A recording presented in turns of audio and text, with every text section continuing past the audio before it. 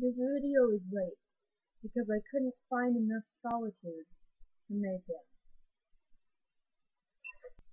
So we're talking about when characters like things that you don't like.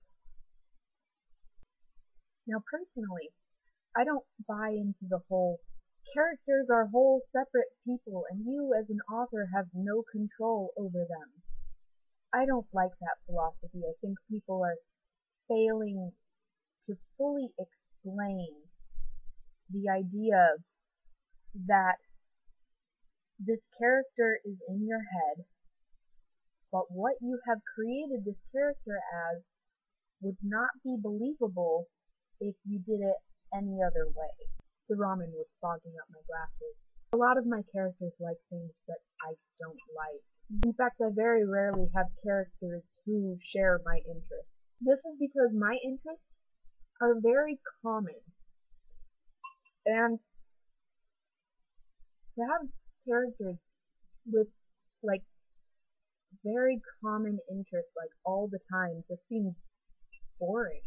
I mean, that's like having a romantic interest play the guitar. I mean, do you know how many instruments there are? And you chose for them to play the guitar instead of like the oboe.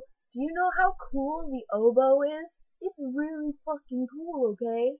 However, this doesn't just extend to hobbies. This is also comes in when you have a character with a different sexual or romantic orientation than you, or if they absolutely hate something you like.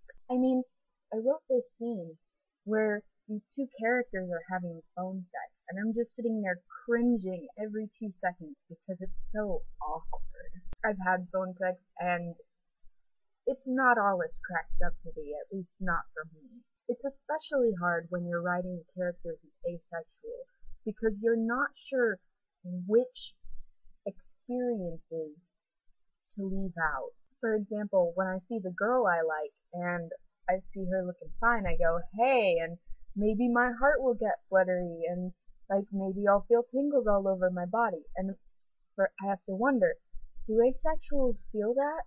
Is that a romantic reaction or is it a sexual reaction? And so then, of course, the answer is simple. You ask people who feel that way, or Google it if you don't know anyone who likes this, or doesn't like that, or is a different sexual orientation than you are.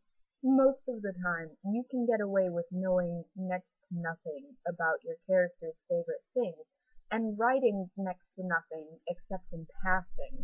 But sometimes they turn out to be really important to your plot, or to a subplot.